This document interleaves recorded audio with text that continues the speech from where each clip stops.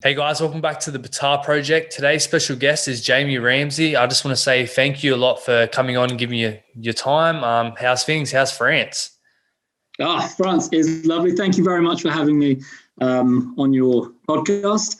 Really excited to be chatting adventure with someone down under, but also somewhere where I've actually done some adventures, which is quite cool because normally people don't really go to where or come from where I do my adventures. So that's kind of exciting. So whereabouts in France are you based? I am based in the southwest of France in a department called Gers, which is the least populated part of France, I believe. And it's just north of the Pyrenees, which are the mountains that separate France from Spain. So a nice little playground for going and doing some adventures. What is the population there? Oh, I have no idea. But if you think about this, the population of France is the same as the population of Britain. And if you look at the size of the two countries, it's the population's it's more sparse here. So. Sweet. Well, for all the listeners who don't really know who you are, you want to quickly give an overview of where you're from and what you do? Yeah, so I was born in Scotland. I am a 40s plus solo endurance adventurer. I kind of think, like many other people, followed a very normal route of going to like school, then university, then moved to London, got a job, and then about 6 years ago decided that life wasn't quite as fulfilling as I was wanting it to be, and wanted to do some pretty big adventures. So in August 2014, reinvented myself as an endurance adventurer, having never really done very much in this space before. And I've just been trying to eke out a living as much as possible ever since then, doing what I love. Sounds like a bit of a crisis. Oh, see, I would say crisis is a word that people go to, but I'd say it's more of a real life awakening, a midlife awakening, when you kind of get to a certain age and you realize that what you're doing is not bringing you direct joy or fulfillment or anything like that. And it's actually having a negative effect on you as a person and therefore as the people around you. And you soon realize that when you break away and actually just follow what you want to do, then you become a much happier person. So I would say it's an awakening in midlife. That's how I'm spinning it. Let's go back to the beginning. What was your upbringing like? I had a really lucky upbringing. I come from a family which got mum and dad who are still together. I've got an older brother, younger sister. We all get on. We all get on with each other's other halves. Not that I have one at the moment, but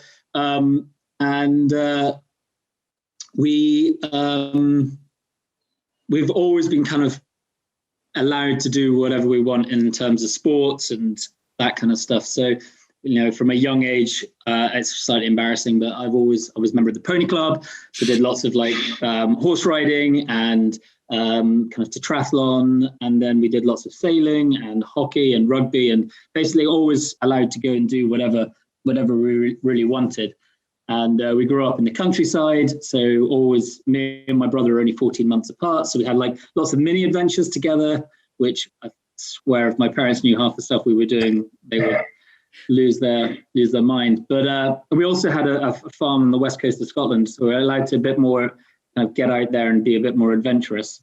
So I had a really lucky, really cool upbringing. What were you like at school? Were you a rat bag? Nah.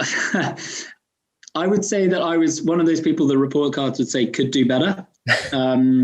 I find it quite hard to concentrate and soak in information. And I wasn't the best behaved kid, but I wasn't the worst. But when I got to my last 2 years at school to get into university, I was taken aside and I was told, you better do some extracurricular activity if you want to get into university. So I ended up being like a house prefect, the admissions prefect, the library prefect, just anything, the head of the Navy, anything to try and get my CV good enough to actually get me into university. And when you finished school, what did you study at uni? So I finished school and actually came to Australia for a year, and I worked at a school called St. Peter's College down in Adelaide. And a lot of people laugh when they say I went to Adelaide, the city of churches. But actually, for me, it was great. As someone who's only there for 1 year, it's such a small town that you actually get to know the people, and you become a bit more part of the fibre than you do if you're just kind of another POM in kind of Melbourne or Sydney. So I spent a year there, and then I went to Oxford Brookes University and studied economics and information systems. And I think that was the beginning of where my first wrong turn, because I did a degree that I didn't really mean very much to me, and I had no passion about it. I just chose it because I thought it was what I should do. So kind of just went to university for the sake of going to university, doing a degree, because I thought I should go and work in the city because that's what my dad did. That's what my older brother did. So yeah, went off to Oxford Brookes to do economics. Yeah, it's like that these days. A lot of people think it's the done thing just to go to uni, and they realize it's not for them. And it's not the way their future should be. Yeah, it's one of the things I learned as I got older, and the more and more I kind of got entrenched in the world I was, the city world I was in.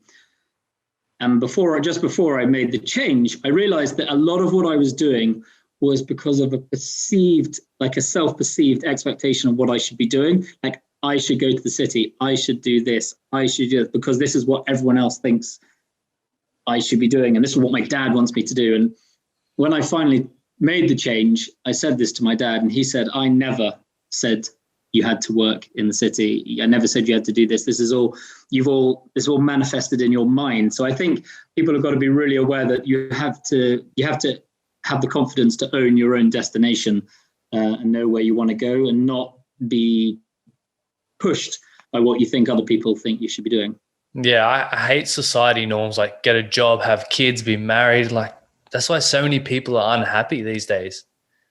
It is, and it's crazy because a lot of, I'm sure we'll go into it later, but a lot of people are like, how do you survive doing what you're doing? You're not earning as much money, and it's like, yeah, so when I worked in the city, I had a mortgage on a tiny flat, and I had to do this, and we all went there, and we had to go on holidays, and everything was expensive. So therefore I had to earn more money. But if you strip everything back to the bare minimum of what you need, you realize you actually don't need to have as much money to live a more fulfilling and happy life. So therefore, yeah, you realize that keeping up with the Joneses isn't really something you need to do.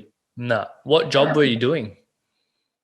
I was doing financial communications, which basically means that you're working with the boards of companies that are listed on the stock market, and this is very basic, you're basically formulating their investment case, which is then communicated to the city and through the media to investors. It wasn't something I was passionate about. Let's just say that. Sounds like a fun job. Yeah. It was one of those jobs that you started very early in the morning, you finished very late at night. There was no like overtime. It was just you were expected to be there, and it wasn't really me. How many years did you do that for? So I did it from 2002 to 2007, and then I had the opportunity to break away. I was dating a girl, and she said, I'm going traveling for a year. You either come or we're over. So I quit and went with her. And then I came back in 2008, and just through complete and utter laziness and weakness, I was offered my job back. So I went back to the job that I wanted to leave, just because I needed money. Yeah. And then I was there until 2014. So in total, it was 12 years doing something I hated, which is just insane. Like I did, there were plus points. People I worked with were lovely, and people I got to meet, the inspirational people I got to meet in the job, like, is amazing. But it just wasn't a job that was designed for me. Yeah, you were just going through the motions. And that ended up with some pretty negative outcomes in the end of it. I guess what was the moment that made you decide, that's I need to go on a different path now? Yeah. So basically, it runs it's a parallel story. So I don't know, anyone who does endurance, adventure kind of stuff, or endurance running, will know that you start out by doing a 5K, and then 5K is not enough. So you do a 10, then you do a half, then you do a full marathon. Then you need to find a marathon somewhere else, and then you need a half Ironman. You're always looking for the next thing. It's a little bit like an addiction. You need to get a bigger fix. And I was doing that in the background of while I was working. I did a big one in Vietnam back in 2013. I'd entered into this race called Jungle Marathon, which was 6 days running through the Vietnamese jungle, 240 kilometers, everything on your back, very much like the Marathon des Sables or the Gobi March or these kind of things. And a month before that, it was cancelled, and I was stuck there with a ticket to Vietnam, nothing to go and do, a bunch of people sponsoring me, giving money to charity. And I didn't know what to do. And in the end, I just kind of went, sod it, jumped on the airplane, flew to Vietnam, put on my backpack, and just ran 240 kilometers down the hard shoulder of the main road. Nearly getting killed by all the minibus flying past. But just because I said I would do it, I went out to Vietnam and I did it. And then that kind of got parked and my brain went back to work. And then over the next few months, I got made partner. But I was watching my kind of personal life and what was happening. And I was really hating my job and was really dissatisfied with it. And I realized that I was pushing myself more into going to the gym. So I was going to the gym, like I'd cycle to work, probably go to the gym before work, then go to the gym at lunch and then cycle home. And then in the evening, I would go to the pub and get drunk. And that would becoming my kind of daily routine. And then sometimes the drinking would creep to lunchtime. And then sometimes the gym would go into the evening, whatever it was. I was trying to get out. And then there was one night I was out with my mates and, we were out, we were drinking. It got to 4 a.m. I was at the equidistant point between my home and my work. 4 a.m. I decided that it would be a better idea to go to work directly rather than go back home. So I went to work, slept on the floor of the bathroom, and woke up the next morning because I knew I had a shirtless. I woke up the next morning, I literally pulled myself up on the basin, looked in the mirror with like bloodshot eyes, and I was like, "This isn't normal." So I walked out, and one of my friends saw me that day, and I went and sat at my desk, and I looked around, and I was like, I don't want to be like anyone in this office. I don't want to be the guy who doesn't see his wife. I don't want to be the guy who doesn't see his kids. I don't want to be the guy that drinks too much at lunch. I can see that I'm turning into that person. So despite being made a partner and all that kind of stuff, I made the decision that I had to go and do something that was drastically different. So that basically prompted me to give up my job, and I handed in my notice. And then it was in April, and then I had 4 months I had to work out of my notice period. Finished my job, I think, on the 28th of July, 2014. And on the 14th of August, 2014, so like 2 weeks later, I was standing in Vancouver at the beginning of the biggest adventure I've done so far. And looking at the rest of my life with like no idea where it was going to take me. So that's basically how I got there. That's awesome. What was the feeling like when you finally left that job? It was, so the way I come up with we'll talk about the adventure in a bit, but the way I kind of thought about the adventure, I put success points into everything I did. And one of the success points was to have the ability to quit your job. And I didn't want to feel that if I quit my job and then didn't follow through with everything else, that would be a failure. So I told myself, like, why would that be successful to quit my job? And I was like, because you're unhappy. It shows you have strength. It shows you have determination. It shows you have commitment to following through what you want. So when I finally quit and I cut the strings with this thing that had been negatively affecting my life for 12 years, and not because it was a bad company, and just because it was the wrong fit for me, there was just a huge sense of relief. But I also had this massive thing in front of me, which was just awesome. I was just, I think I was excited to leave, but I was more excited to move forward. Let's dive into your first adventure. I've had a look at it, done some research. Wow, it was big. It's. I think if you're gonna do something, you might as well go big. So having not really done any adventuring at all, apart from that brief one in Vietnam, where I stayed in hotels each night, I just looked at a map, and the original plan was, I was like, where am I going to go? I was like, I'm going to run around the world. Actually, I'll go back a step further. While I was sitting in my office So I was like, so if I'm going to quit, I need to do something that's going to be big enough to warrant quitting my job. So it needs to be a year long. I want to put all my passions together. So running, travel, pushing myself, pushing the boundaries. So I'm going to make it a running adventure. And then how far do I think I could run a day? 30K roughly. Timed all that out, came to 11,000 kilometers. And from that, I started looking at map. And I started looking around the world because I really love Ewan McGregor and the long way around. And he did it on a motorbike. I would love to do it on foot. And then I looked at the logistics, the costs, the time, and just realized I couldn't actually do that. At that point, I didn't have the skills. And then I looked at going down to South Africa. And again, with just too many places that were going to make it too difficult to do it as a solo runner. And I wanted to plan everything and do everything myself without any support team. So that's when I looked across to America, and I looked at Vancouver to Buenos Aires, and I thought that looks like a really nice route. It's about 17,000 kilometers, 14 countries, 2 continents. I can use my passport in every single country, and I've got enough time to run through it. I don't need visas.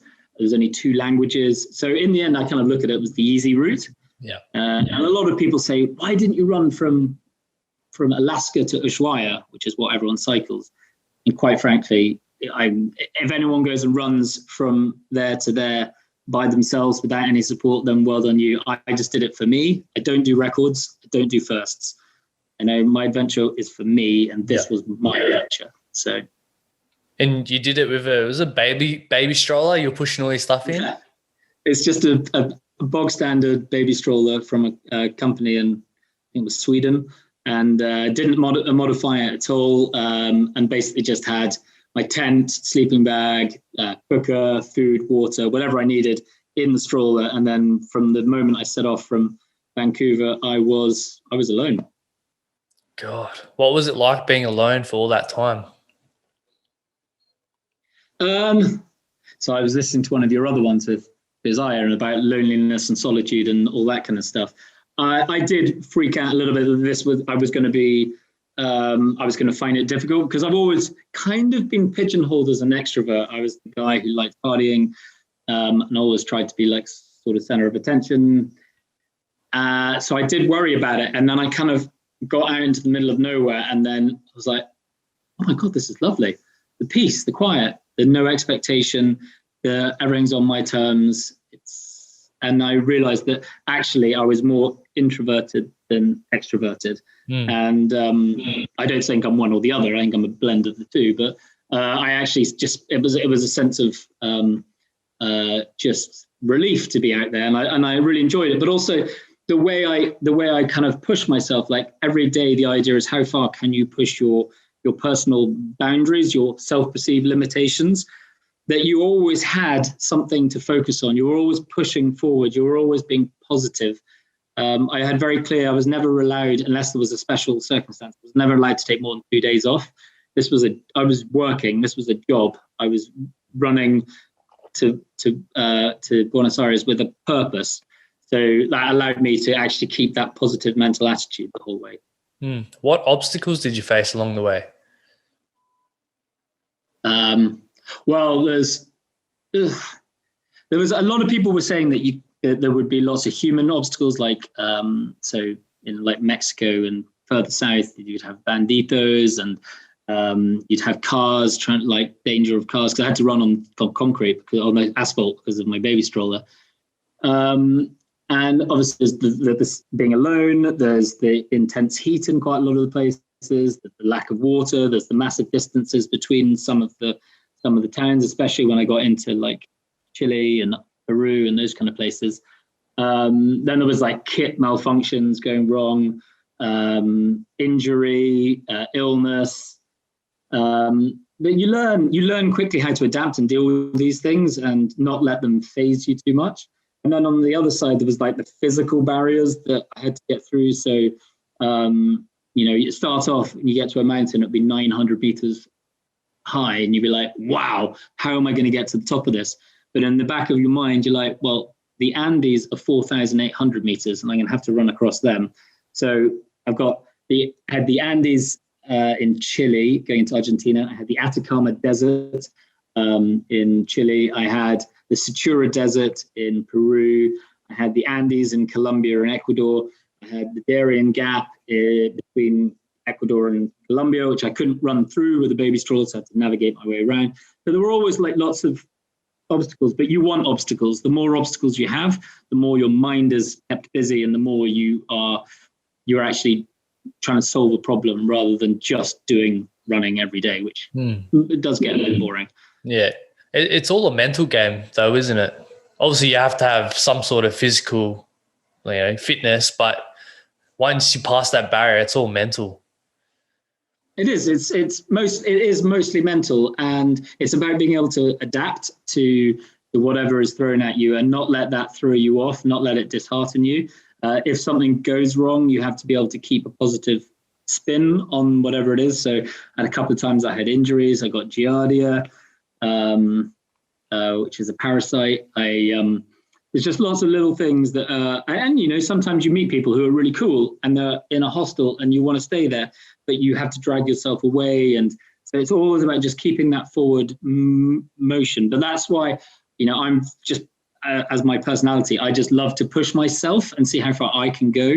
So every day is about can I go further? Can I push harder?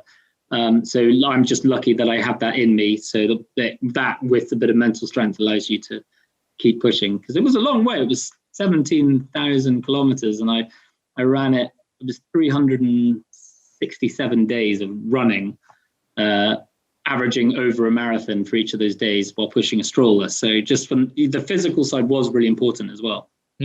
Were you mentally tough growing up? Because most people could not go from an office job to that.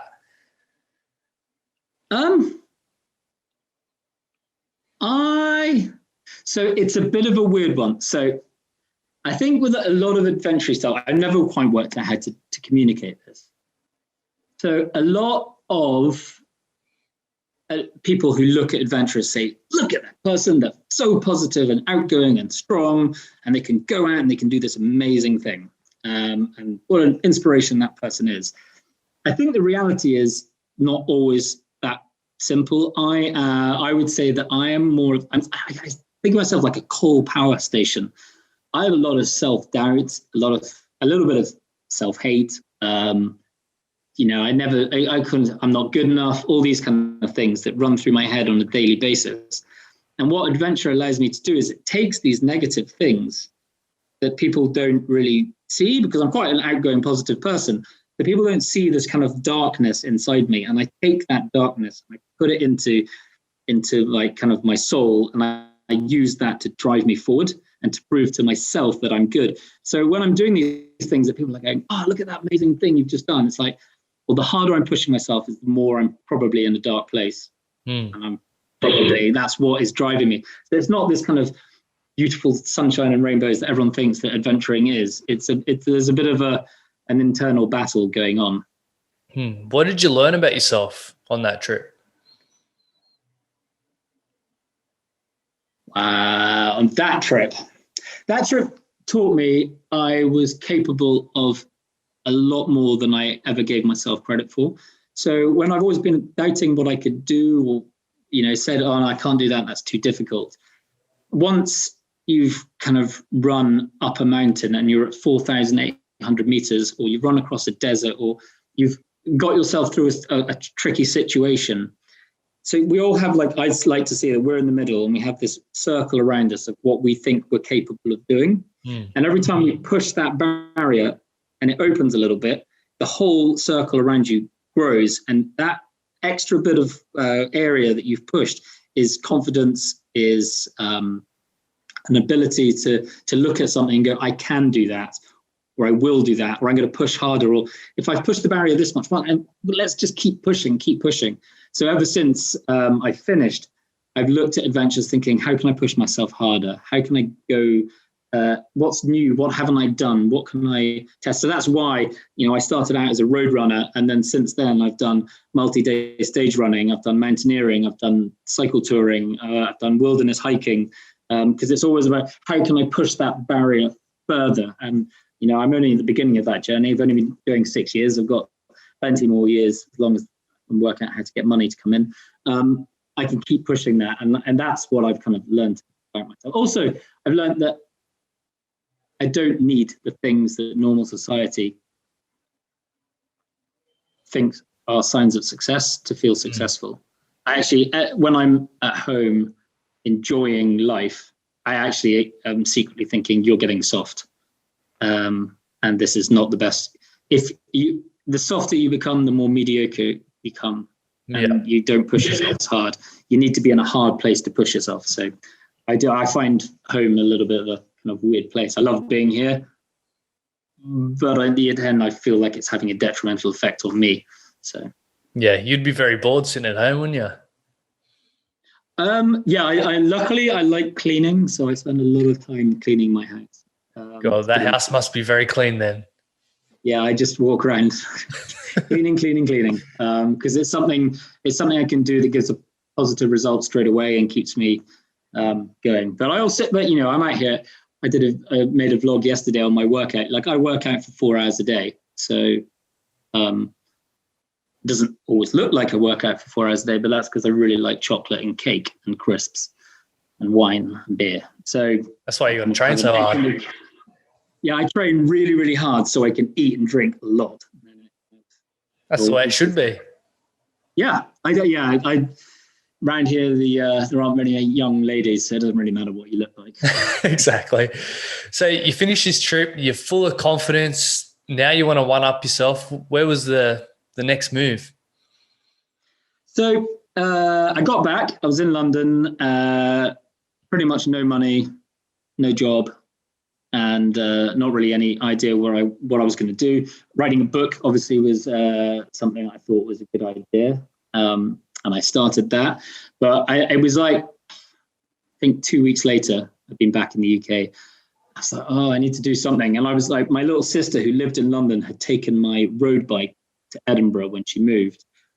And it was February, freezing. But I was like, I need my bike back. So I got the train to Edinburgh and then cycled back to London, like over 5 days, like 600 miles or something, camping along the way. And I was like, right, I've got that adventure kick back. And then I was like, right, so I need to do something bigger. So in the UK, we have this challenge called the Three Peaks Challenge, which you climb the highest mountain in Scotland, England, and Wales. And we're talking mountains. I think the highest one's 1,300 meters. So they're not big mountains. So I decided, the idea is you climb each one, drive in between, and do it in 24 hours. So I thought I would put my twist on it. So I packed a bag, rucksack, and then I climbed Ben Nevis, then ran the Scaffold Pike, climbed that, and then ran to the other one. So it was like 700 Ks, something like that. And did that over 14 days, unknowingly setting a record for that. And then, I carried on wanting to find more. So I went to the Scottish Isles and I did 430 kilometers running the length of the Outer Hebrides and the Isle of Skye, continuously just trying to push myself. And then I kind of got to the end of 2016 thinking, okay, so I've done this 17,000 kilometer run. I've done a 700 kilometer, I've done a 430 kilometer. I've kind of proven that I can run a really long distance with a bag on my back or pushing a baby stroller. I'm not adding anything to myself by carrying on this. So I decided to do some cycle touring. Never done that before.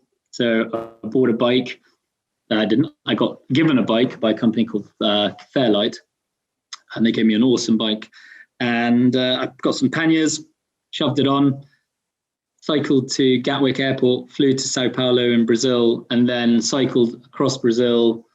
Well, I remade the bike in the airport and left straight from the airport, cycled across Brazil, into Paraguay, up through the Chaco, the bottom of the Andes in Bolivia, and over the Andes, and then across a flooded salt flat in Uni, and then arrived in La Paz. And that was 3,700 K in 28 days.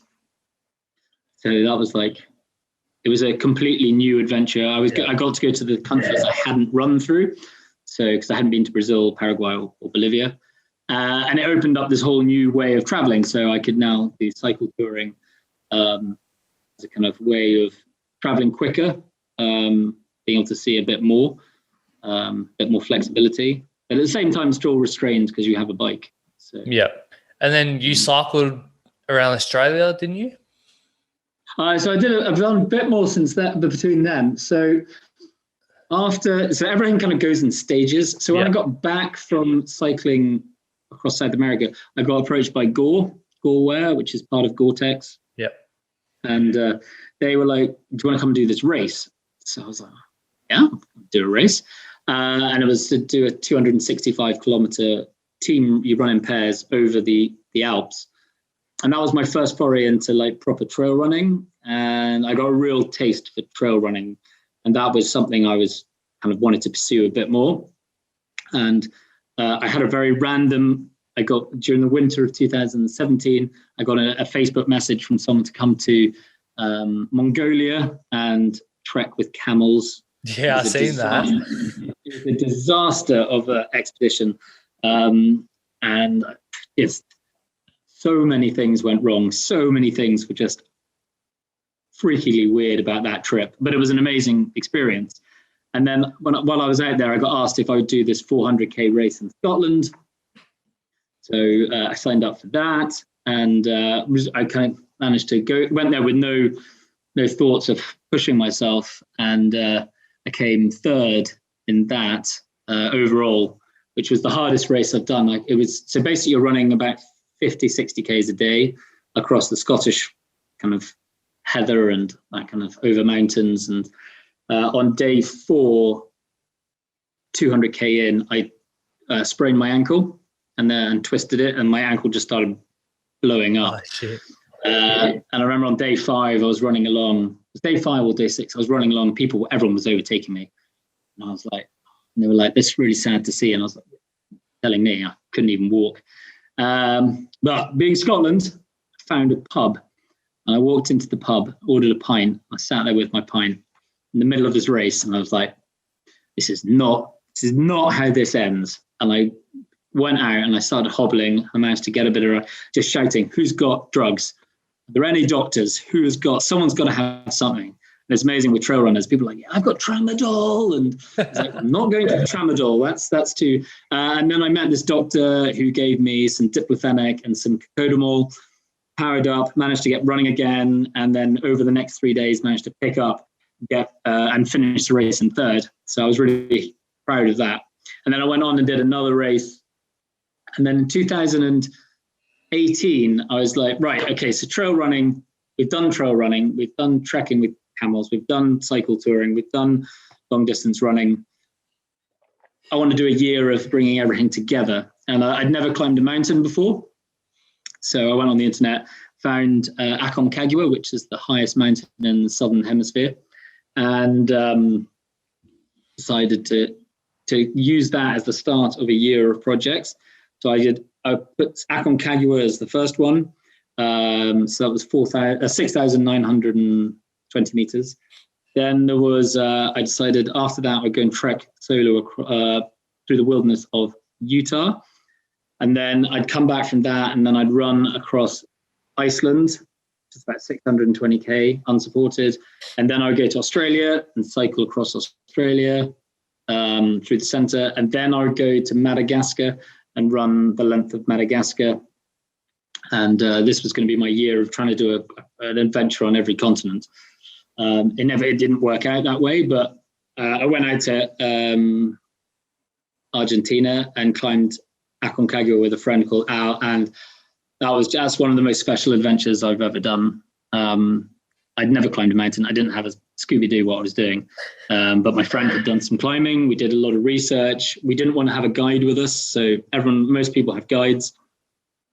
We just completely researched, trained ourselves, came up with the plan, executed it perfectly. And when I got to the top of Aconcagua, I think it's the first adventure where I was very lucky. I was wearing goggles because I just had tears running down my face. And I was sat there. When you're at the top of Aconcagua, you are the highest person in the world, because it's the opposite climbing season to the Himalayas. So you are the highest person in the world. And that was amazing. And then to go straight from that to trekking across Utah was, going from mountains to deserts. It was 36 days trekking. I think with 5 days where you could resupply. So you had to carry all your food on your back. You had to find water in the desert. My friend a friend who climbed Aconcagua did the first 14 days with me. Then I did the second 3 weeks alone. And then, running across Iceland. And then it came to Australia, the one you asked a question about. And the reason I chose Australia was because my brother lives in Sydney, near Sydney. And I wanted to go and see him. But, just spending so much money on a flight just to go and see my brother, that sounds horrible, but it's quite a lot of money. So I wanted to put it together with an adventure so I could do things while I was in Australia.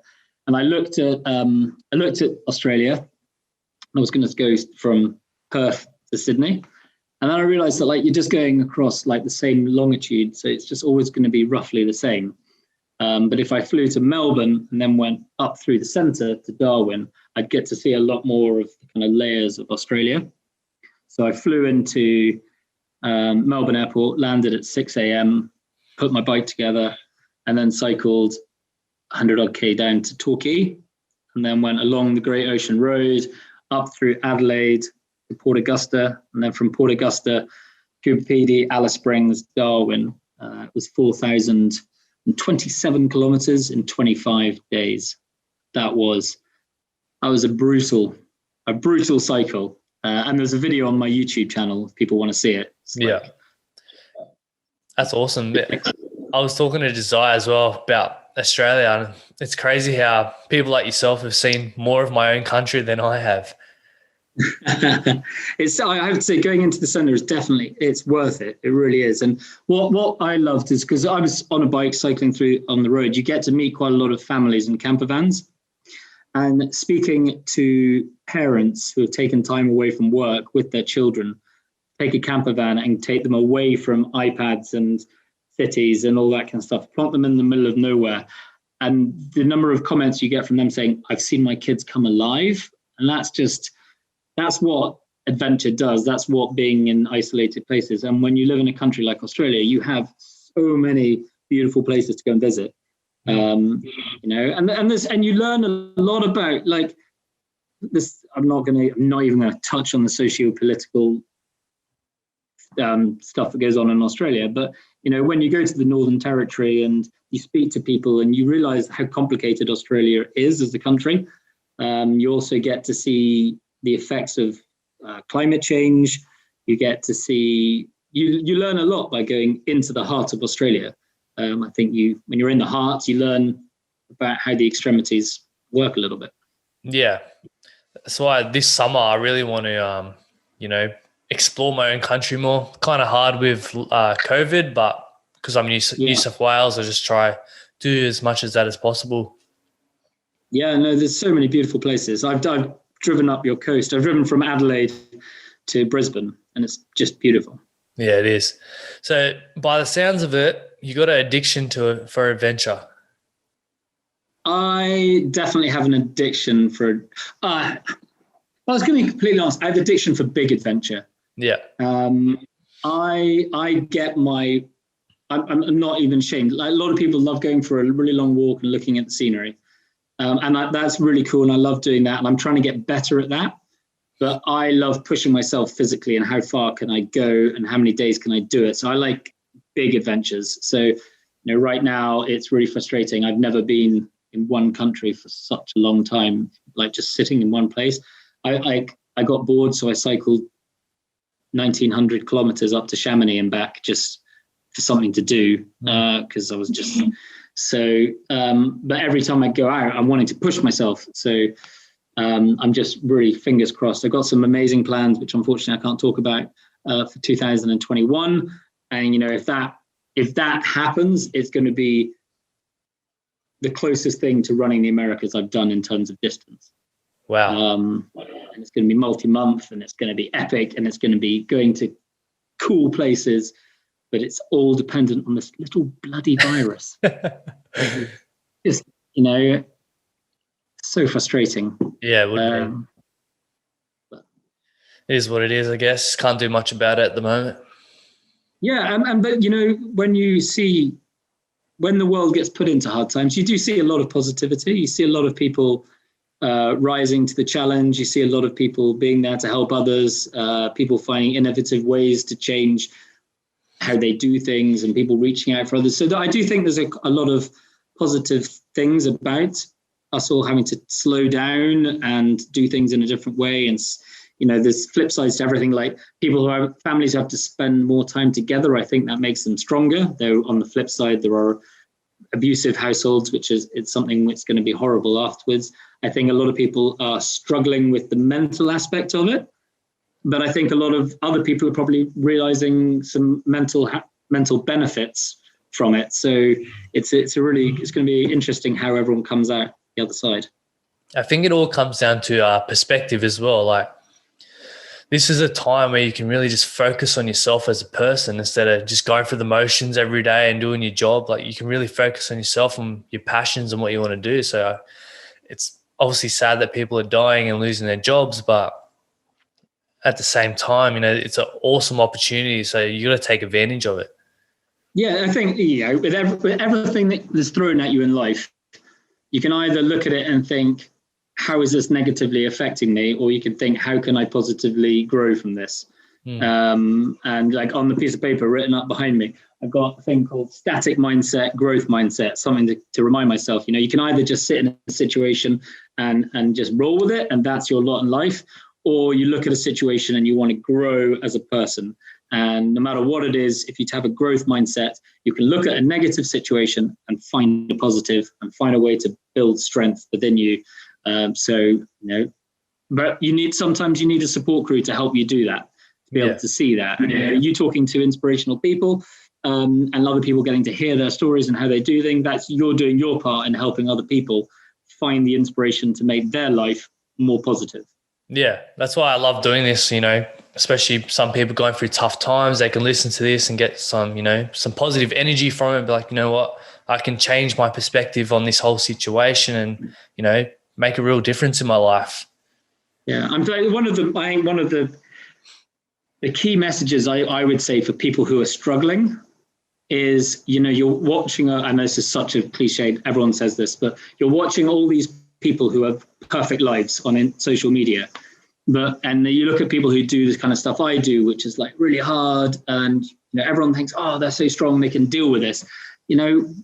Absolutely not. Like, I've had times where this is just, I've fallen into a hole for 2-3 weeks and just not been able to exercise. There's nothing to look at, but I have to watch people's videos. I have to listen to podcasts to get myself inspired. So whenever anyone's feeling down or feeling it's hard or anything like that, they're not alone. They're just the same as everyone else. And, together we can, it's not bad to ask, it's not weak to ask someone for help or anything like that. So, as long as people realize that. So. Yeah.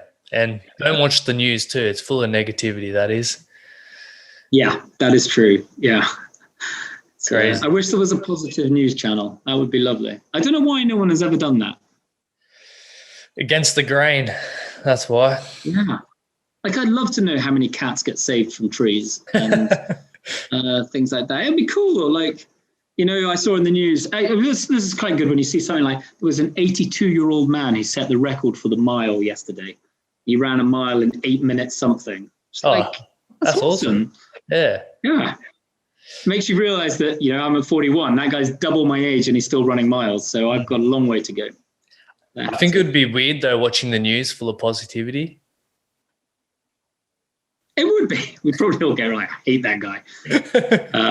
But, I suppose we all look for a bit of negativity to make ourselves feel better about our position. So it's just a shame that at the moment it's just so heavily negative with US election, with COVID, with Brexit, but it'll turn around. Next year will be sunny and beautiful and everything will be fine. I hope so. I hope all the borders and that open. I really want to do some travel next year. I'm sure you do as well. Yeah, well, no, so basically everything I'm doing next year is dependent on one border crossing, basically. Whether they open up their border is whether I can do what I want to do. So kind of sitting there monitoring this situation, which no one can give any advice on because no one knows what's going to be happening in 6 months' time. We don't know. You're coming into the positive side of COVID because it's warmer where you are now. Yeah. We're coming into the negative side where it's, if suddenly the death rate starts rising, everyone's going to contract and close their borders, and that's when it's going to get difficult. But I'm just, no matter what, I'm doing something big next year. If I have to cycle around where I live 1,000 times, then that's what I'll do. That's awesome. I want to talk about this camel trekking. How the hell did you get into that, and what was the experience like? Because you said so many things went wrong. So I was sitting at home in like summer of 17, and I received an email from a girl called Angela Maxwell, and she is walking around the world. She's still doing it. Look her up. Great girl. And she was pairing up, or she'd been brought onto a team that was being headed up by a guy called Carl Bushby, who's awesome. You should definitely speak to him if you can find out wherever he is in the world. He left his home something like 19 years ago to walk around the world. And he's been walking around the world for 19 years. He will not take any form of transport. So he's crossed the Darien Gap, got put in jail. He was one of the first people, I think he was the first, him and the guy he roped in to do it. They walked from North America into Russia, and they basically walked across the icebergs, jumped into the sea and swam to the next iceberg and jumped out. Like, it's never been done. When they arrived, I think the Russian army were like, where did you come from? Like that, we have this natural border of icebergs. But anyway, so he then partnered up with this girl called Baikal in Ulaanbaatar, and they come up with this plan to walk 10 camels to, can you hear the rain? Too bad. I can't hear it. They were going to walk these 10 camels from Ulaanbaatar to London, which sounds bonkers. And they needed a few people to help to get them started. And I just got a message on Facebook saying, do you want to come to Mongolia, help us walk 10 camels? And I was like, I have nothing else to do.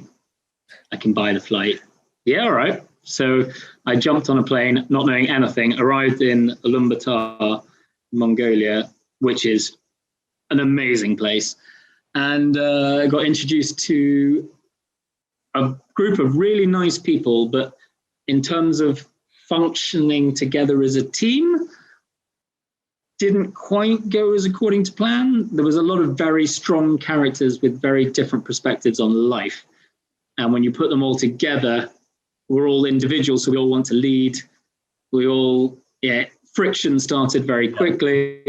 We then divided into two different groups. So there was one group versus the other group, but we all had to be together to make the trip go. There were people like when we take a taxi ride back and forth from where the camels were camped, people would record our conversations and then play them to the other people. So you had no idea who you could trust, and nothing was officially planned as it should have been. And after a month, we actually got going, and I was meant to be out there for 3 months. We were meant to start straight away.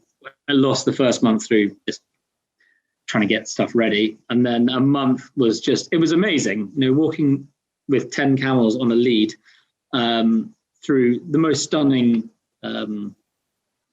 scenery with a bunch of people who don't have a clue what they're doing is amazing. And there were days where people would get drunk and be riding camels, and the camels would stampede, and they're all tied together, and there was times where the camels would fall into the snow and you'd have to dig them out, but they're kicking. And after a month I looked at the project and went, look, I nearly died a couple of times on this, and I don't really know why I nearly died, and it's not for anything in particular, so therefore there is no valid reason for me doing this, and I had to go and renew my visa.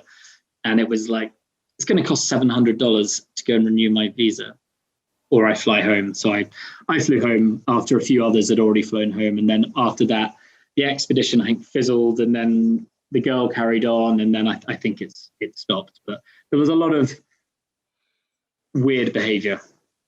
But it's an amazing place. You're walking along a road and a car will just pull up on the side of the road, 4 or 5 Mongolian men will jump out with a bottle of vodka and some cups, and then they just put the cups out. Everyone does a shot of vodka, and they jump back in the car and drive off. And you're like, that was just, and they can't speak English, but they're just doing it because traveler right here. And, you know, if anyone can go to Mongolia, I highly recommend it. Like, their idea of Uber is you walk out onto the street and just put your hand out, and any car will pull over. And it'll be like a woman driving a kid to school, and she'll pull over and like, where do you want to go? And you go, I want to go to this market. And she'll like, yeah, all right. And you jump in, and she drives you to the market, and then you have to pay her what you think the journey was worth. There's no meter or anything like that. So it's all done by trust and honesty, and that's where the whole country's like. And I just absolutely loved it. I would definitely love to go back to Mongolia. Sounds like a interesting experience you had over there. Yeah, it's complicated. I'm trying to be careful with how I say things, because I don't want to upset anyone, because I loved all the people I did it with. What would you say, I guess, is your favorite adventure that you've done thus far? It's a question that can't really be answered. I've loved, because I have had the fortune to choose all my own adventures. They all had reasons behind why I did them, and they all had like purpose, and I wasn't doing them for a company. I wasn't doing them for a record or anything like that. I was just doing it purely out of my own passion, curiosity, to see how I would be in that environment. Every single one is equally as rewarding to me, because there was a reason why I did it, and I benefited from that reason. If I could go back to any of the places, like I love Bolivia, I would love to go back and do more of Bolivia. You know, the more rural the place, the more at home I feel. So I loved cycling across Australia, but it's, you know, there's still hungry jacks everywhere. Yeah. Even in the middle of nowhere, and petrol stations, and like it's a bit too easy. But I'd love to go and do, like, I cycle down a road. Next time I'd maybe like to take some of the dirt tracks, corrugated roads that you just sit like doing like this for hours. You know, that would be a challenge. But climbing, I think the mountaineering has really got hold of me. Expedition mountain clearing. I went and did Cotopaxi, Chimborazo, and Cayambe in Ecuador, and I loved. It was an amazing time. I went with my girlfriend at the time, and we had an amazing experience. But you get delivered to the bottom of the mountain, and then you've got one day up and one day back, one day up and down, and that's it.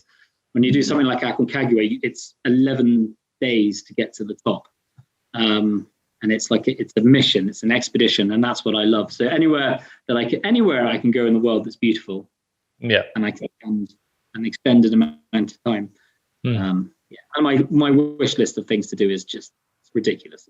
But it all comes down to money, and at the moment, COVID. So I was going to ask, how much does it cost to guest fund these trips? Some of the adventures are really do cost a lot. Like climbing Aconcagua, you know, you got a flight out there, hotels when you're there. It's $900 just to get into the park. The boots you're wearing are £600 pounds. You know, it all racks up. And I've been really fortunate that I work with companies who have worked with me in a way that we benefit from each other. So I've managed to get kit given to me. And then I actually, when I'm not adventuring, I do work. So I'll do talks, I'll do photos of out on adventures and photo shoots and that kind of stuff, create content. And the money I make from that is what I use to pay for my adventures. So, but you live a life which is, where's the next paycheck going to come from? And that's dependent on what I can next do. So I don't have any security or reliability in my life, which I'm happy with at the moment, because I don't have a wife and kids. So anything that happens, it's just me that it's happening to. Yeah. How much would the trip from Canada, like your first adventure, that was a whole year, was that very expensive? Actually, it was more like 14 months. About 14 months, because there were breaks. I had to come back from my sister's wedding. Like, my sister decided to get married in the middle of an expedition, and there's no way, like, family is more important than doing something like that. There's no way I was going to miss that. So I've tried to work out the cost. I think it was about £10,000 because it doesn't cost you very much. Once you hit Mexico, it's not really like day to day is really cheap. You've got no flights, obviously, no travel. I was very like I had bronze level backpacker insurance, which is not going to do anything, but at least I had some insurance. Yeah? But I think one of the important lessons I learned, the two lessons I learned, one on financing from that long trip. The first one being that you speak to a lot of people and they're like, I was going to do this adventure, but I didn't have enough money, so I didn't do it. And I think that's using finance as an excuse not to do an adventure. I did not have enough money to get to Buenos Aires when I left. I had enough money to get to probably Panama. And I could have easily said, oh, I don't have the financing in place. I'm not going to do this adventure. But if I had just run to Panama, that's an amazing thing. You'd run across a whole continent and run through like 9 countries. Amazing. So if there's a hurdle in the way that's not going to stop you immediately, then keep going, because every day between where you are and when you get to that hurdle, you have the ability to try and find the finance or to find whatever it is to get you through that. And the second thing I learned was a lot of people said, you can't do this. This is too big. You can't run across the Atacama Desert. You can't run across the Andes. And that really bugged me at the beginning. And I realized that a lot of people were looking at an adventure that I was doing and they didn't think they could do it. So their reaction is to tell you, you can't do it, because if they can't do it, then why should you be able to do it if they don't have the strength? But then also I realized when I got to the Atacama, because the Atacama was the first big obstacle. When I got there, I realized that they were absolutely right. The person who started the adventure could not have run across the Atacama Desert. I didn't have the experience. I didn't have the skills, the know-how, anything. But when I arrived there 12 months later, having done 14,000 kilometers, I was the best placed person to do that. So as long as before you set out on any adventure, big adventure, if you know there are obstacles, you mark them out, and then you spend every single day from the day you start to the day you get there, working out what that day you can learn that will help you get through that particular obstacle. And that means that you have something to focus on every single day. And when you arrive, you actually become the best prepared person to be able to do whatever it is that you need to do. So it's all about having self-belief and blocking out people telling you can't do something, and just spend your whole life trying to work out what you need to do to be able to get through something. Yeah, that's awesome. I guess what would you say is the biggest reward from finishing one of these adventures? This is actually something I've really got to work on, because I'm horrible at it. I don't celebrate the end of any of my adventures, ever. And it's something I've realized is a negative thing. So when I cycled across Australia, I arrived in Darwin. I put my bike in a hostel and went to the pub and had a pint and went to bed.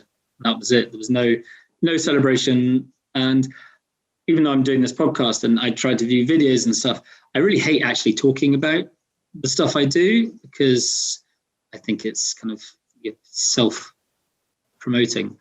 And I've got to get better, because I've got to realize that actually you have achieved something. It is worth celebrating, because it's by celebrating something that you cement into you what you've actually achieved, and it gives you something, adds to who you are, and that should shine through as you go forward. So it's something I've really got to work at, because I haven't celebrated, apart from running the Americas, because my mum and dad were at the end. I always start alone. I always end alone. I'm normally alone when I do it, and then I come back home and I'm alone. So I've got to get better at celebrating, because I think it's a really positive thing to do. Yeah.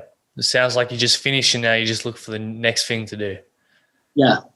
It's always, I have a policy, a kind of way of playing down every adventure. So I think to do adventures, you look at something which is huge and really difficult, and then you have to work out how do you break that down so in your mind it's not difficult at all. And by the time you've broken it down enough, then suddenly it doesn't become that impressive, and then you just do it. And one of the ways I do that is by always having another adventure planned for when I get back from the adventure. The adventure I'm on I kind of trick myself into thinking it's a practice adventure for the next adventure. So, every time I'm on the adventure, this isn't actually the real adventure. The real adventure is around the corner. I'll do that when I finish this one. And that enables me to overcome the adventure, to complete it. But it also means I'm not putting too much emphasis on it while I'm doing it. Yeah, you just have that mindset there's always something bigger and better. Yeah. Talk to me about, I guess, some of the biggest challenges you've faced over all these, adventures. Biggest challenges.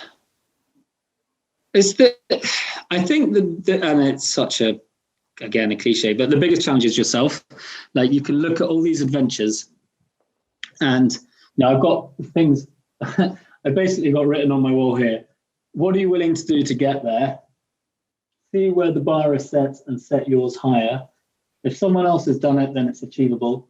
And what are you doing or not doing that is making you not succeed?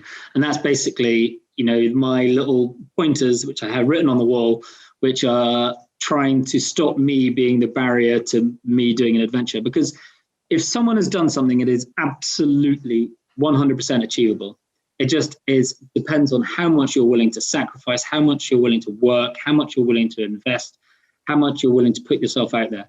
And that's the only thing that's stopping you, unless that you have like a health condition or something like that.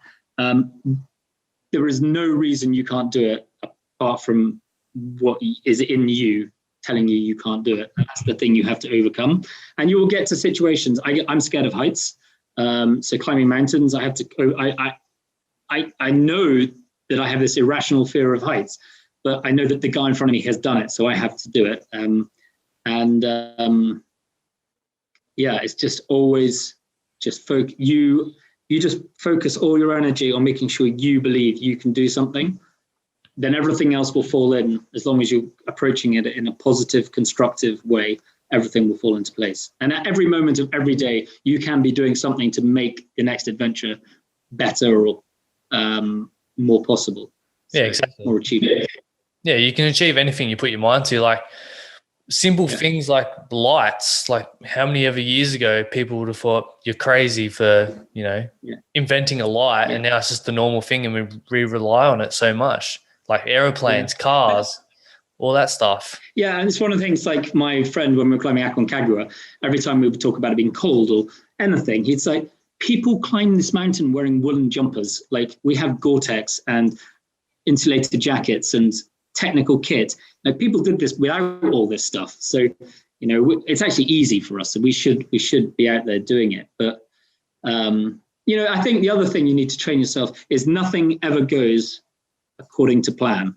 No. There will always be, you're like, maybe you'll get someone, you decide to take a different route, and you'll get to the end of that and realize you have to turn around and come back. And it's letting your mind not make that feel. Failure is not a bad thing. Failure is a good thing. Failure shows that you are willing to push yourself or do something, and you go as far as you can. And if you can't do it, you turn around and come back and you learn from that, and then you go and do it again. So failure is a constant. You have to just embrace failure as a positive thing. And one of the things is like, and as long as you're well prepared and you think about all these things, like one of the things that I know this is going to sound a bit bad, but a lot of people come up and go, "Did you nearly die?" And you're like, no, because if you go to a talk with an adventurer and he nearly died, then the chances are he probably didn't prepare properly, or he didn't have the right equipment, or he was somewhere he shouldn't have been, or she was somewhere that she shouldn't have been. If you put yourself in situations where you could die, then you're not being a responsible adventurer, I would say. So I had very simple rules running the Americas. Don't run at night. Don't get drunk or do drugs, and don't sleep with local women. And that was my, because you meet a local woman, she wants to sleep with you, the chances are she's probably got a boyfriend who wants to kill you. So, just take out everything that could be an issue and keep it pure and simple and well thought out and boring, and you will be successful. Yeah. So with COVID this year, what have you actually been doing? What adventures have you done this year? I was lucky enough in February to go to Ecuador and climb Chimborazo, which is the furthest point from the center of the earth, which is the highest mountain in Ecuador. And then I climbed Cotopaxi and Cayambe, the two other highest mountains. And then I came back. I built a door for my storeroom. I've hung up all my kit. This is all like really nice and displayed. Oh, you got a lot of kit. I've got a lot of kit. I've written a lot on my book. So a lot of people are waiting for me to publish my book on running the Americas. And the problem is I've written 165,000 words. I've still got more words to write. And the book is meant to be 80 to 90,000 words. So at the moment, I'm kind of cleaning it all up. And then, that's what I'm focusing on. And I'm trying to teach myself like how to film better, how to pack better, how to maybe live a bit of a normal life. Like I'm training myself to be a bit more normal. But at the same time, I'm spending a lot of time planning to do things. And I know that the negative side, mental negative side of COVID, I'm not doing as much positive stuff as I should be doing. And every day I wake up and I tell myself I need to do more. There's a list of things I haven't done and I need to be doing. So normally I procrastinate doing things by going on an adventure. And now I can't do that. So I actually have to face up to some of the responsibilities of being a human being. Yeah. I love on your website, you have a lot of information about, the kit that you use, and then your YouTube as well. You post a lot of videos. That's awesome to see that people can get an insight into actually what you do. Well, no, I 100% think that. So I have I'm lucky enough to be in a situation where I am able to do adventures in cool places. And part of that is researching for myself the best kit to use and the best way to do an adventure. And I see it as part of my role. It's not a way of making money, but it's part of my role is to try and help other people who are doing adventures. So I spent the last month on an email kind of correspondence with a girl who's going to climb mountains in Ecuador. What kit should you use? Which guides should you use? What website should you look at? I'm here to help people go and do an adventure. That's part of what I get a kick out of.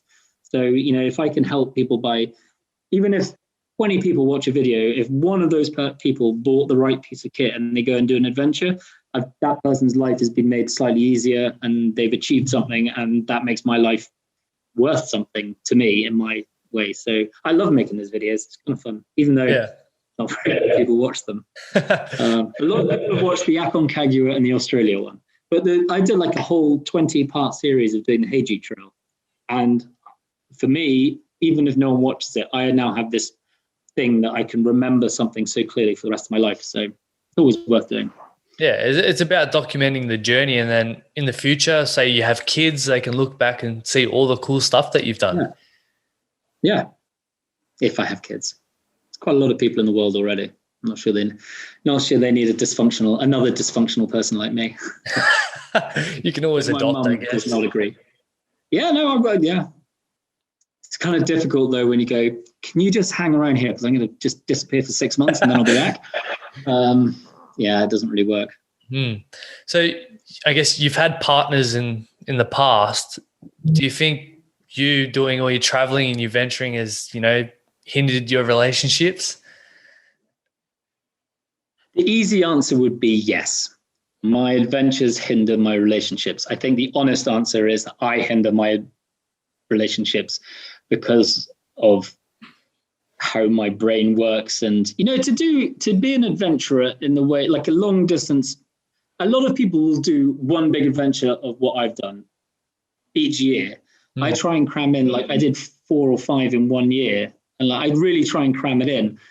And that's a very selfish way of living your life. So, and to be able to do these things, you have to be quite selfish. And if you're quite selfish, you're quite often not probably the best person to be in a relationship with.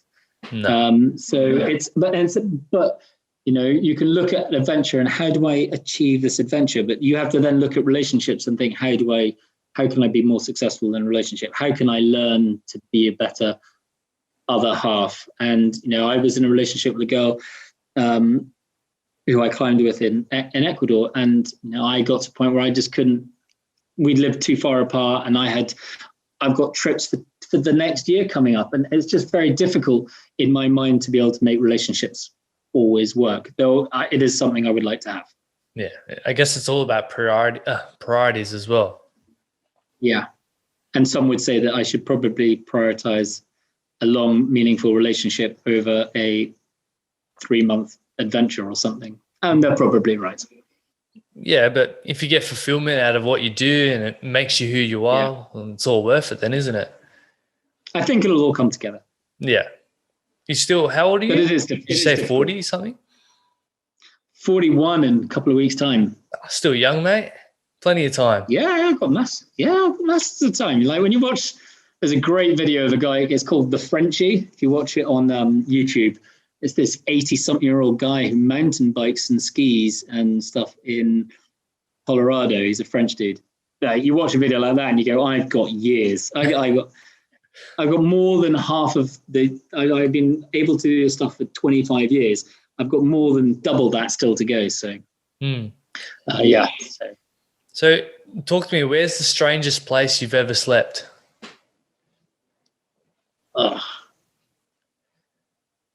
Well, when you're in South America, quite often, so they have quite a lot of hotels which are motels, which are for the hour rather than for the night.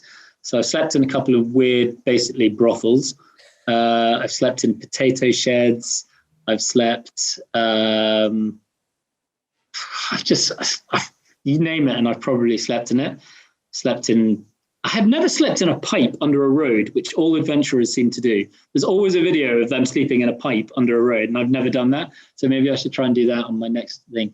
But, when you're running the Americas, you just have to sleep wherever you're running. If you run 78 kilometers, you just sleep wherever you can, as long as it's dark, no one's really going to see you.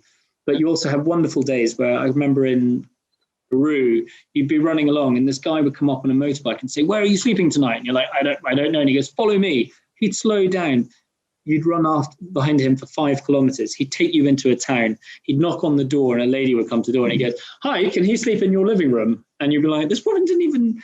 And you go in and they'd clear out their living room. They'd then feed you. You'd wake up the next day. And that was just something that happened again and again. The weird places are cool to talk about, but actually it's the hospitality you reach from people is the stuff you actually remember as being safe. Like, I know I slept in the middle of a bomb, like place where they test the aircraft, the Air Force test bombs. So I was sleeping in a building that had been bombed. That was quite cool. But yeah, that's awesome. Yeah. Well, I guess I've learned a lot from talking to people like yourself, how inviting people are to let you just come into your home and they feed you and they don't even know you. Yeah, I think so. I think I've done 32,000 kilometers of human-powered traveling now. And I struggle to think of a negative interaction with a human being. And I think that when you're a solo adventurer, you're lucky enough to be able to get this a bit more often because people look at you and they see you as vulnerable, they see you as different, they see you as a stranger, a traveler, and they do want to help you. They genuinely will reach out. I've had days where I've been running, driven past, gone to the local town, bought a chicken sandwich and a can of Coke and brought it back and given it to me. People have just handed me beers out of their cars. People have taken me in. People have paid for hotel rooms, and the generosity from people is endless. And my debt back to other people is huge. I need to be that guy who's now bringing in the next people who come past. But so I'm very conscious of how much I take.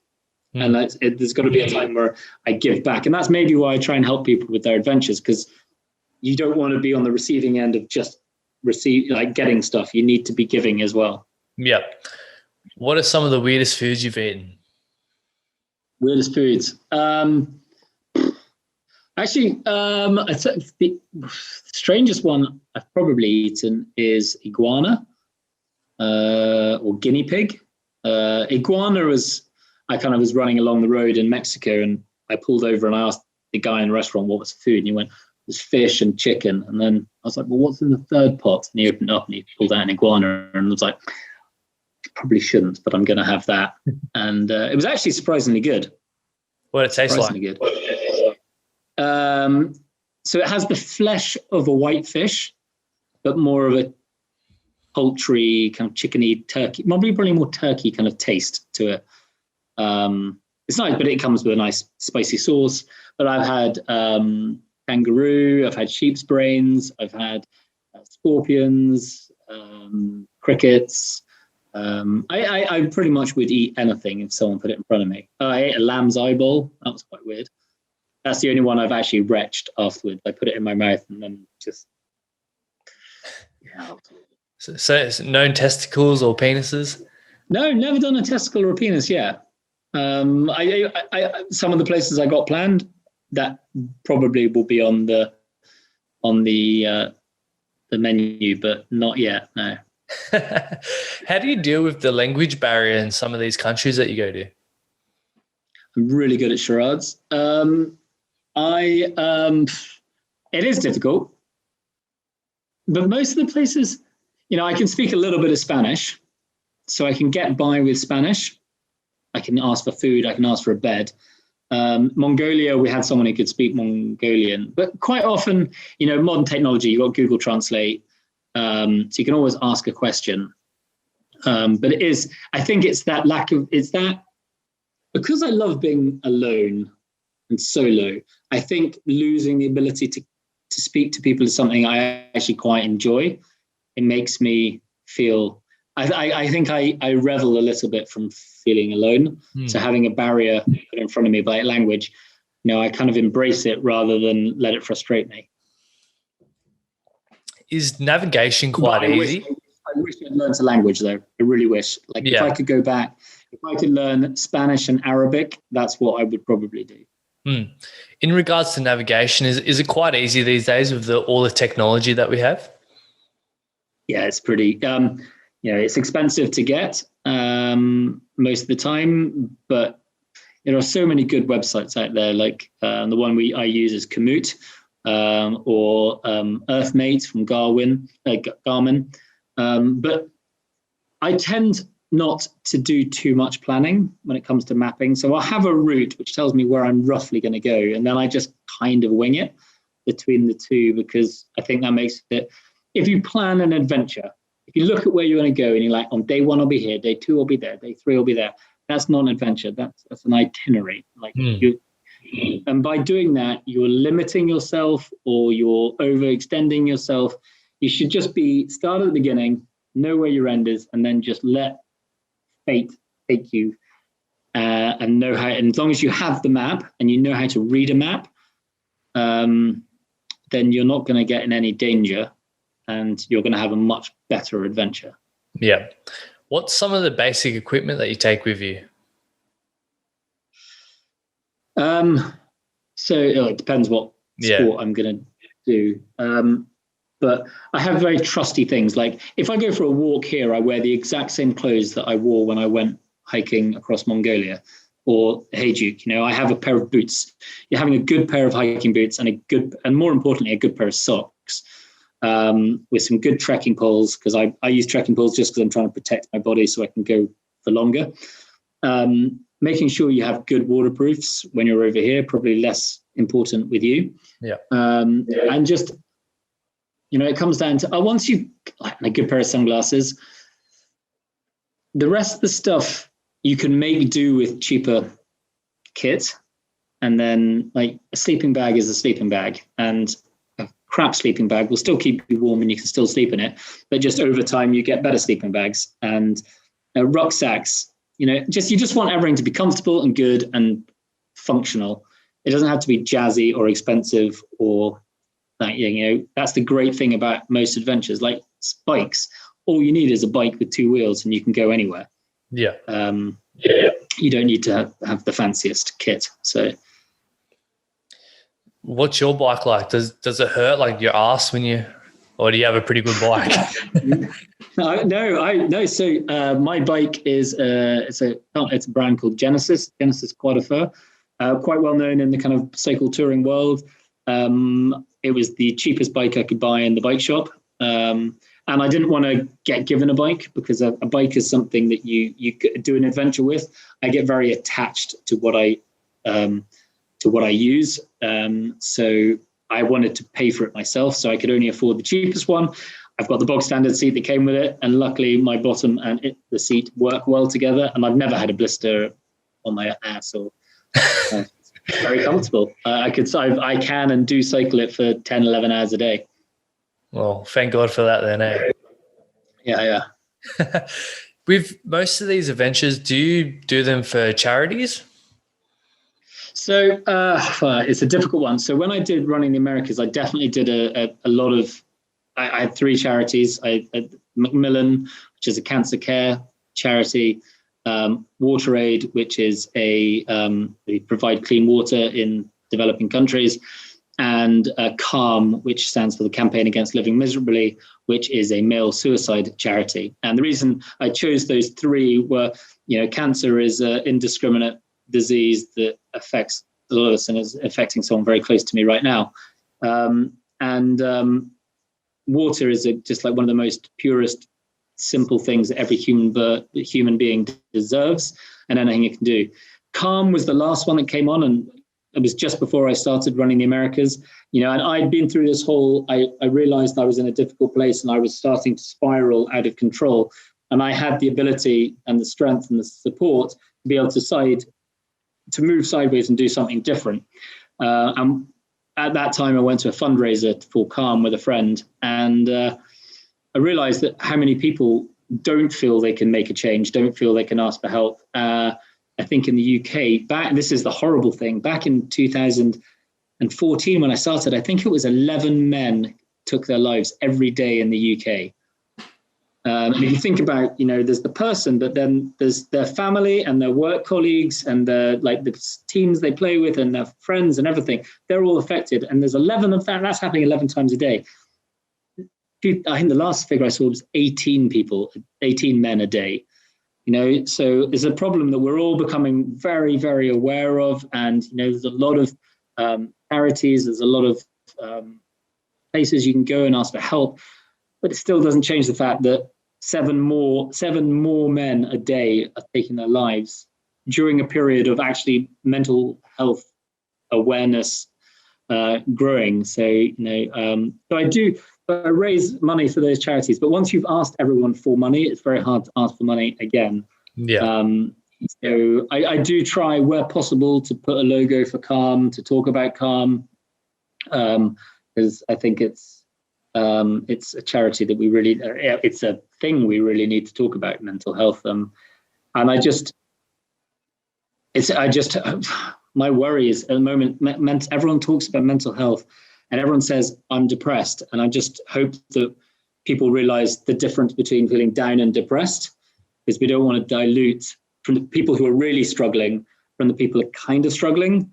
I know everyone deserves help, but we really need to direct the help to the people who can't get out of bed in the morning, who are being disabled by their depression or being driven to contemplate taking their own lives. So I do try and use my adventures to shine a little bit of light in that direction if I can.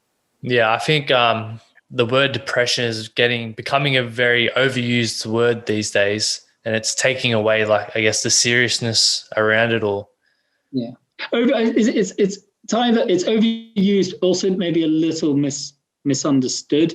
Yeah, I think there's so many influencers out there talking about, oh, I'm so depressed, and if you were massively depressed, you probably wouldn't be on social media making a video about it. That's probably the last thing you would be doing, and it's just, I don't know. It's a very difficult one, but there are so many really great people out there shining lights on it, and long may these people. There's a guy called Joshua Patterson in the UK. He does things like, during COVID, he ran an ultra marathon around his garden and stuff like that, and it's crazy. He's doing it in a very positive way, and he's very open about his mental health. So there are people out there who are really helping. Yeah, exactly. Especially around men, we still kind of have that stigma that it's it's tough to not show your feelings and shit like that. But yeah, no, and that's and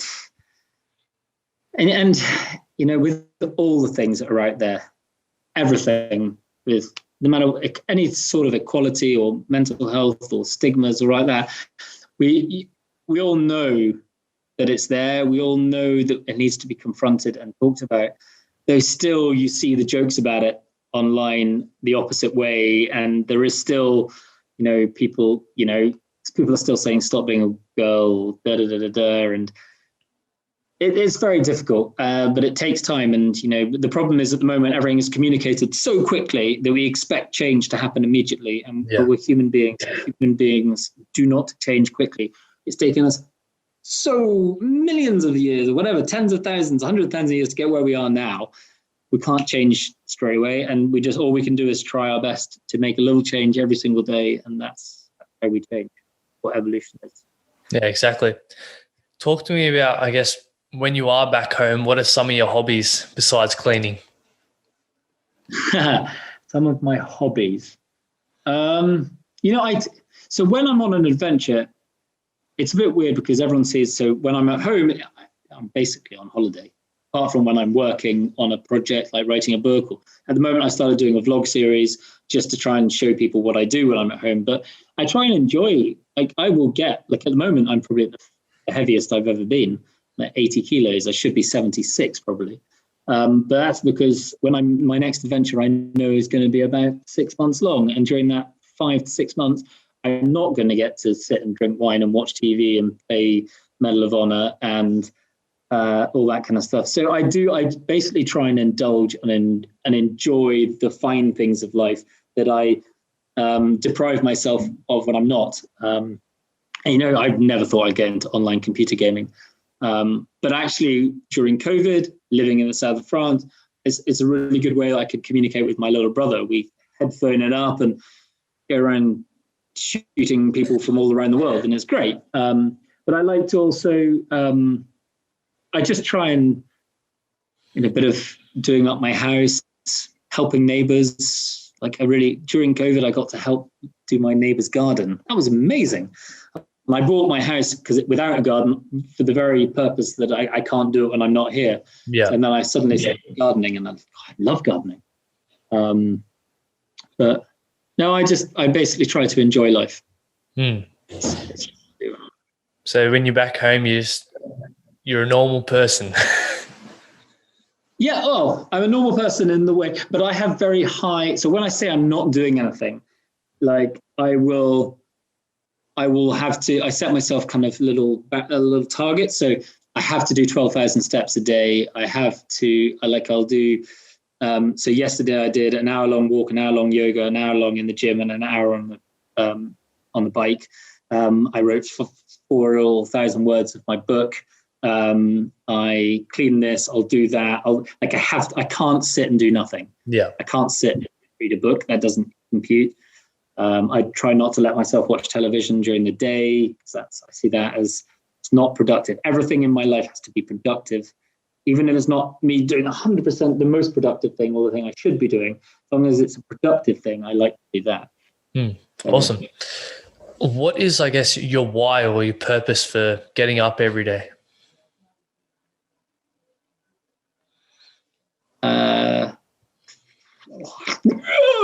A fear of thinking I'm not good enough. Yeah. Or I'm not being productive. Every day I'll get to the end of it and I'll think I could have done this better. I should have done this. I'm very bad at intentions. I'm very good at intentions. I set intentions, and then I'm not always very good at following through them. But I do remember them, and I roll them on to the next day, and I was like, I will do this. Because when you had that thought, it was a positive, reaching out to one person every day was something I was going to do in September, and I didn't do it. I wanted to reach out to one friend every day and just say, I'm thinking of you. And that's something I need to do. So basically, when I wake up in the morning, I have this list of things I want to do that I think will make me a better person if I do them. And it's all about, if you can just do one of those things that makes you slightly better in a way that positively affects someone else, then your purpose of being on this planet is sort of validated. If you sit around doing nothing and only think about yourself, then why are you here? What are you contributing? Yeah, life's too short to be wasting time. Yeah. Do you look up to anyone, or do people inspire you? Yeah, everyone. Like, I spend masses. So, the wonders of YouTube, being able to click on YouTube and watch videos of people doing awesome stuff. It doesn't matter. Like, I watch, it can be someone who's doing their first ever adventure and putting themselves really out there, or it can be Kenton Cool climbing Everest, or doing a sport that I'm never going to do, but just watching the dedication they're putting into it. Like, I'm heart-wrenching that the Olympics never happened this year, because I look at Olympians and think, you have put your whole life dedicated to getting to this. This is the pinnacle of where you want to be, and that how much you've sacrificed, how much you've invested, how much, and then you get your moment. It's the only time I pretty much cry is when someone wins a medal or a tennis tournament or anything. Like, when I watched that Polish girl win Roland Garros, I was sitting on my sofa alone, like trying to fight back tears, because this girl, age 19, had achieved something. Yeah. So as long as someone's doing something that's pushing their boundaries and they're being successful, then they're massively going to influence me and they're going to inspire me. I don't have pin-ups of people think that person's amazing, because I think I like to look at, I know this is a bad thing as well as a good thing, but I look at something and think, that's amazing, and that's amazing in you, and that's amazing in you, and that's amazing in you. And by doing that, you sort of form this imaginary person who has the best bits of every single person into one person. And then you try and become that person, which is impossible, because all the people you've taken the qualities from, they have negative things about them. And you're not recognizing that, and you're creating this impossible person to look up to. But I'm guilty of doing that. So I think so is everyone, I guess. Yeah. Well, hopefully everyone likes to look at the positives and take that and try and, head in that direction. Yeah. Who inspires you? Who's your kind of, like, you're doing this? Are you like, I'm a fan of Casey Neistat. Do you look at him and think, I want to do the stuff like you're doing? Or is there a podcaster that you try to emulate? So I guess the person who inspired me was Gary Vee. Do you know him? Okay. No.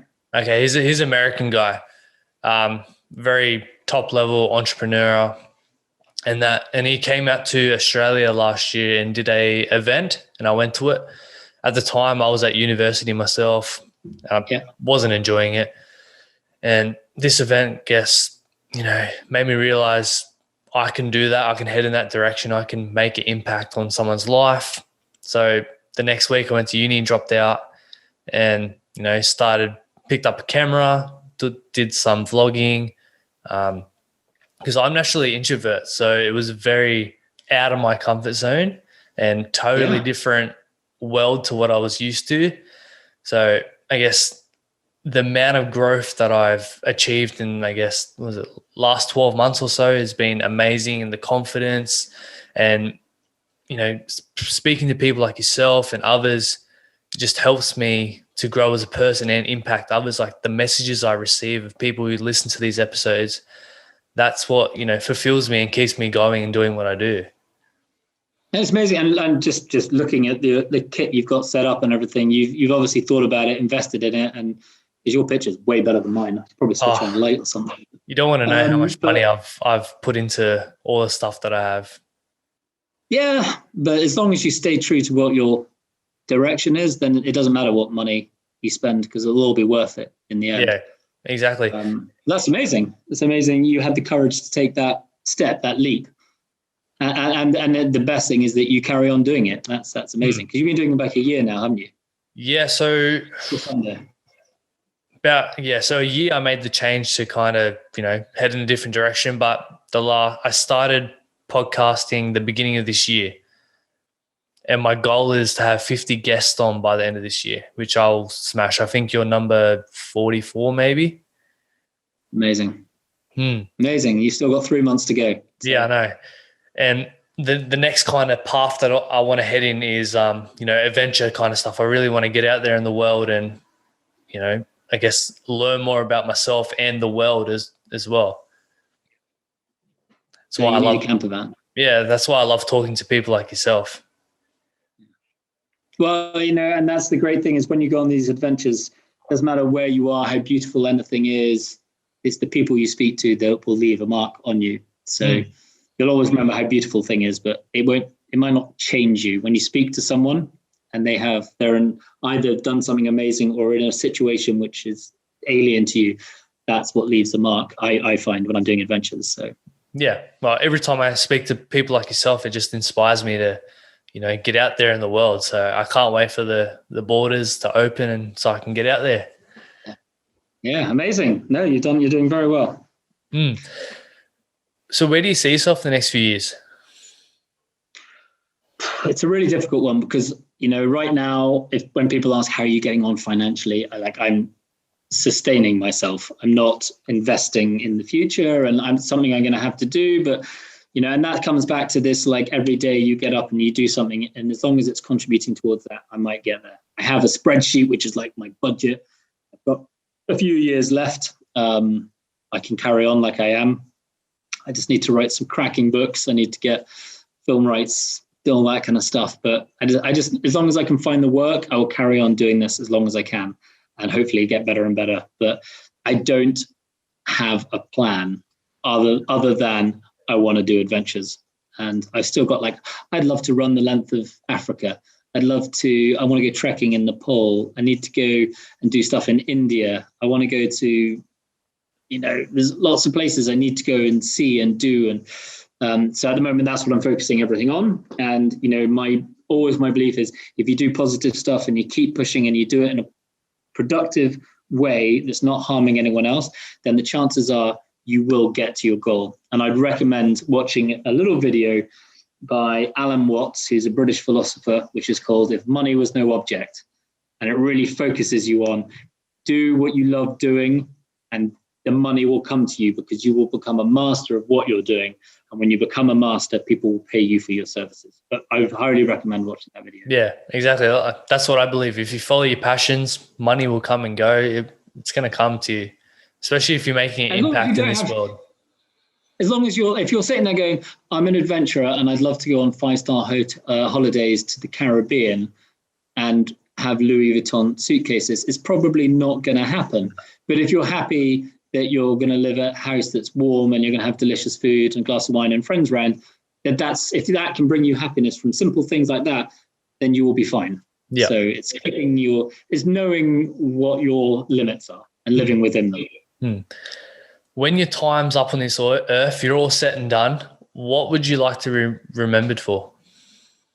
It's one of those questions I think about when I'm on an adventure doing it. I'm like, will anyone remember me for doing this? And the answer always comes back to absolutely not. You will not be remembered by what. Doing an adventure is self-indulgent. It is. You're doing it because you want to go out and push your boundaries and see the world and do it. So the answer is I need to come up with a legacy, which is how do I have to be able to formulate a way of using what I've done to enable the next generation to do it. And I don't seek fame and fortune, but if I could make a small group of people be able to go on and do their dream, then that would be amazing. And if I had the money, if I could do something around cleaning up beaches in third world countries, that would be what I'd really love. If I could leave the world cleaner than when I arrived in it, or part of the world. Because I went to Madagascar and went to a beach there, and it nearly makes you cry. It's just plastic. There's no sand, there's no rocks, there's just debris and rubbish, and that's not what the world. No. We are an insignificant aspect of the planet Earth, and we are the coronavirus of the Earth. Yeah. But so I'd like to just leave the world a better place. But that's it's crazy. The Earth can survive without us, but we can't survive without the Earth. But we tend to keep wanting to ruin it.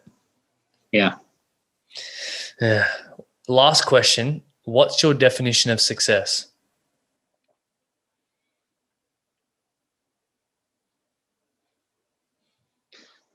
My definition, I don't really believe in there being a success. What I believe is living your life in a successful way. Yeah. A success, if you succeed, that is saying that you've finished, you've got there, you've done it. What you should be able to do is looking at your life and what is a successful way of living your life that is productive and growing. And success is being able to sustain that on a day-to-day basis. Never thinking when I get here, I'm done, and like when I've done this, I've succeeded. It's about how do I continue every day to make sure that I'm continuing that process to grow and be a better version of who you were the day before. That's awesome. I love the way you just explained that. Yeah, but you have weird thoughts when you're on these big adventures because you have a lot of time alone. Yes. So you do ponder these kind of things. But, you then think I'd be more articulate at expressing them. But Well, I guess we'll wrap it up there. It's been an awesome chat. For people for taking the time. For people who've been listening, where's the best place they can find you on socials or website? So my website is jamieramsay.net. And as I talked about intentions, I am going to make that better. It looks beautiful, but it needs more content, which is down to me. And then Jamie is running on Instagram and YouTube are the two best places. I don't really do Instagram or Facebook. I mean, awesome. No, I don't do Twitter or Facebook. Instagram, YouTube, website. Sweet, man. Well, thank you for coming on. And I can't wait to, when you finally finish that book, I'll definitely get my hands on that. Yeah. My aim is to get it finished this year. So you get to 50 podcasts and I'll finish my book. Sounds good. We'll keep each other accountable then. Yeah, 100%. Thank you very much for speaking to me today. That's awesome. Really appreciate it, man. Thank you.